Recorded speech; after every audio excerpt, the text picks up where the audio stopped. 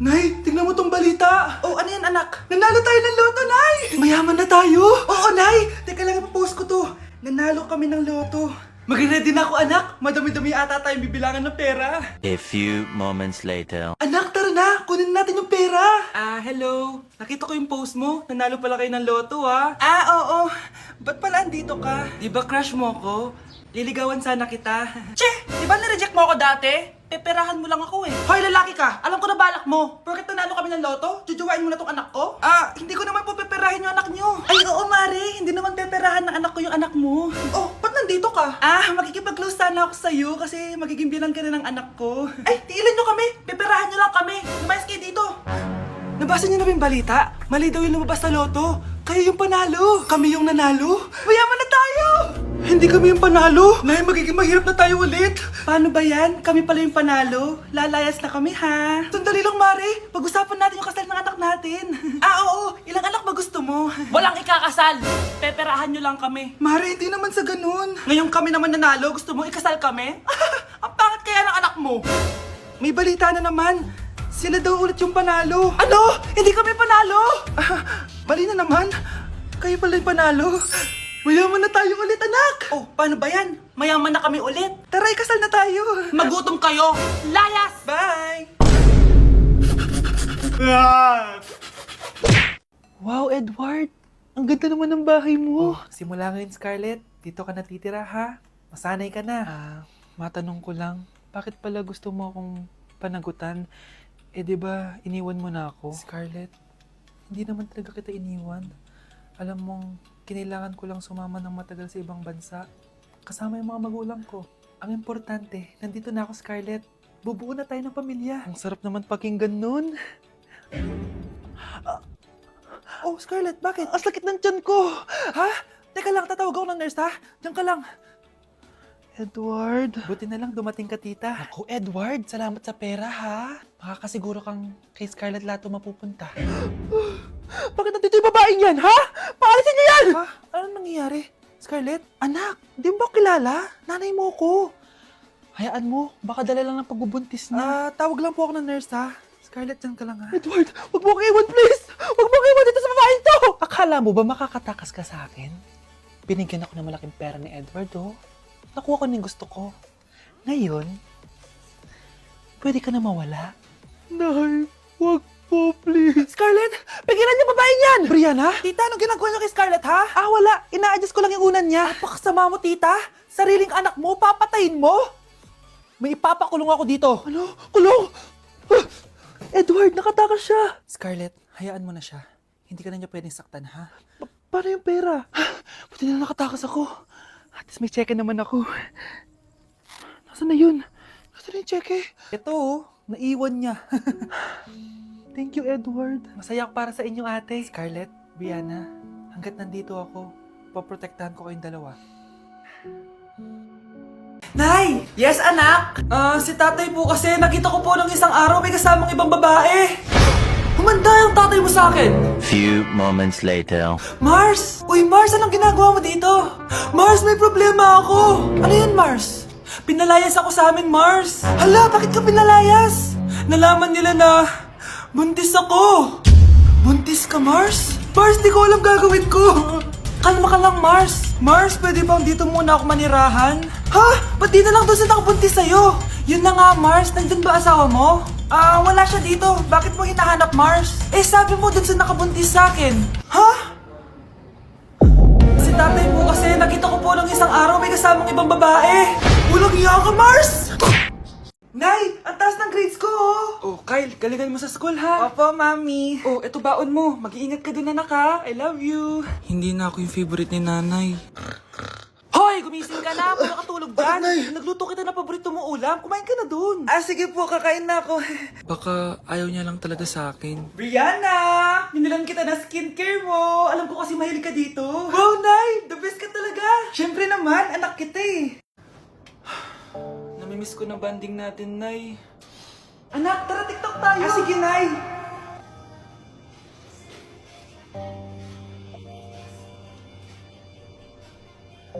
Ano? Pati yun ba yan, Nay? Mali-mali ka ng step?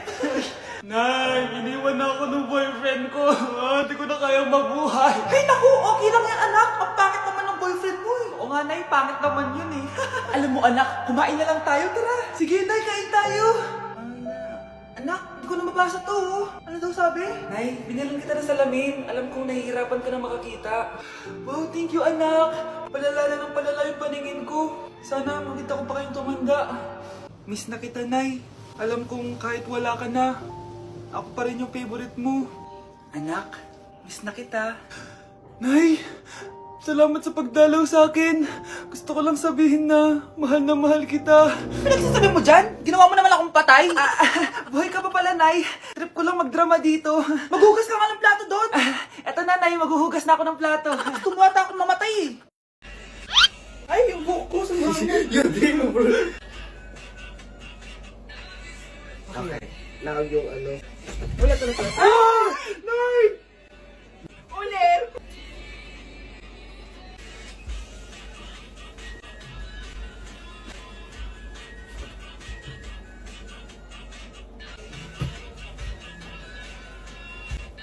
Bakit? Ay, pipi? Ay, sorry ka na.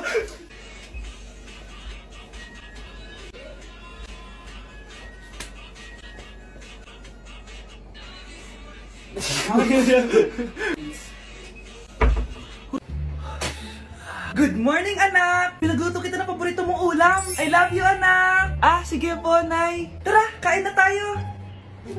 Parang may kakaiba kay nanay. A few moments later. Anak, ba't ka nagwawalis? Ayaw kita mapagod. Ako na dyan. Sige, Nay. Ako na lang po maghuhugas sa mga plato. Ako na din bahala sa mga plato, anak. Ayaw kita mapagod. Ako na lang po magliligpit sa mga kalat dito. Ako na din magliligpit dito, anak. Maglaro ka na lang dun sa kwarto mo. Sige po, Nay. I love you, anak. May kakaiba talaga kay nanay. Anak, eto ATM ko. Kuha ka ng pera dito tapos gumala ka. Nay, seryoso ba kayo? Anak, binilan kita ng pinakagusto mong sapatos kasi mahal na mahal kita. Di ba anak, nagreklamo ka kasi ang bagal ng computer mo? Huwag kang mag-alala dahil binilan kita ng bagong computer. Eto yung pinakamabilis sa lahat. Para sa'yo. I love you, anak. Nay, ano pa nangyayari sa inyo? Nay? Nay! Saan na ba yun? Nay? Hello anak, pauwi na ako ng bahay. Maglinis ka na ha. Wala ka sa bahay, Nay? Sino yung... Anak, gusto lang kitang maging masaya. Masaya. Nay, tulungan niyo ako, Nay. I love you, anak. Mare, may tinitinda ako. Ano yun, Mare? Pag ininom mo to, magiging super ganda mo. Talaga, Mare, gaganda ako. Magkano ba yan? 5,000 lang, Mare. 5,000? Wag na, baka fake lang yan. Hindi to fake, Mare. Hindi ko bibili niya ng ganyan kamahal. Sige na, umalis ka na. Ayaw mong bumili, ha? A few moments later. Aalokin pa ako ng pampaganda eh. Maganda naman ako. May kumakatok. Gusto mo ba magkajowa? Opo! Pag ininom mo to, magkakajowa ka na. Talaga? Sa'yo na to. Ubusin mo, ha? Sige po. Magkakajowa na ako. Anak, saan mo galing yan? Sa kapitbahay po, Nay. Sa kapitbahay? Huwag mo ngayon naman yan. Ano yun, Nay? Ang kulit-kulit mo talaga, anak. Anak? Uy! Anak ko! Ano nangyayari? Baka pinaprank mo na naman ako, ha? Anak! Nasa akin na ang gamot! Gamot? Akin na yan! Ops! Hindi to libre! Magkano ba yan? 10,000 lang to, Mare! 10K!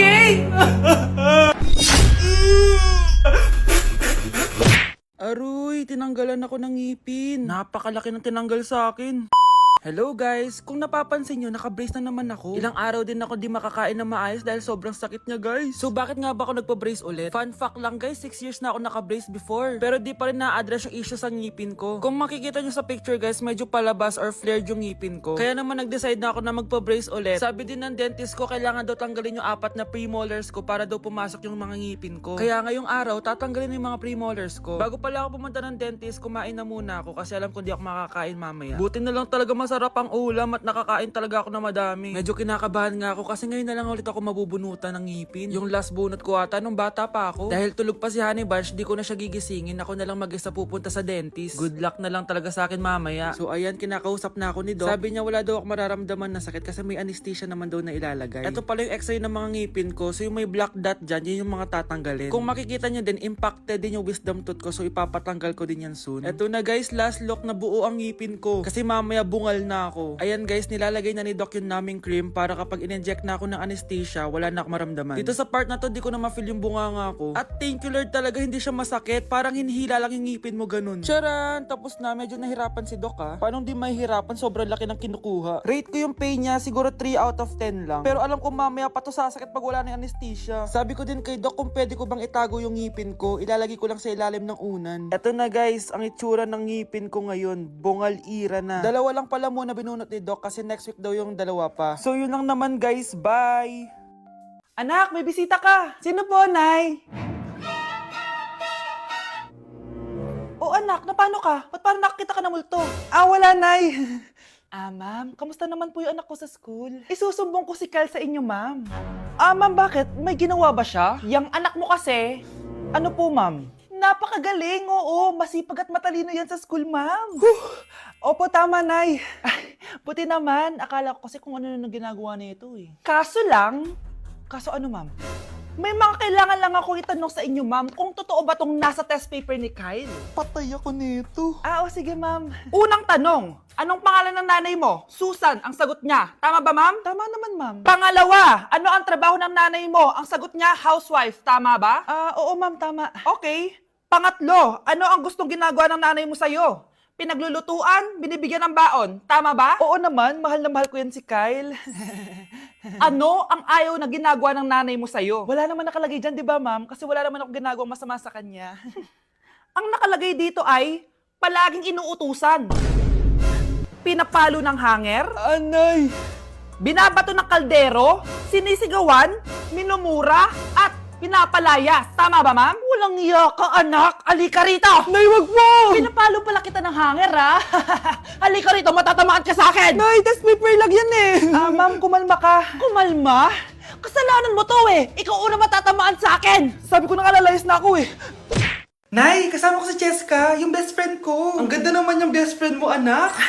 Oh, kumain na kayo dito. Ay, hindi na, Nay. Busog pa kami, di ba? Opo, tita. Sige. Pasok na kami sa kwarto, Nay, Tara na.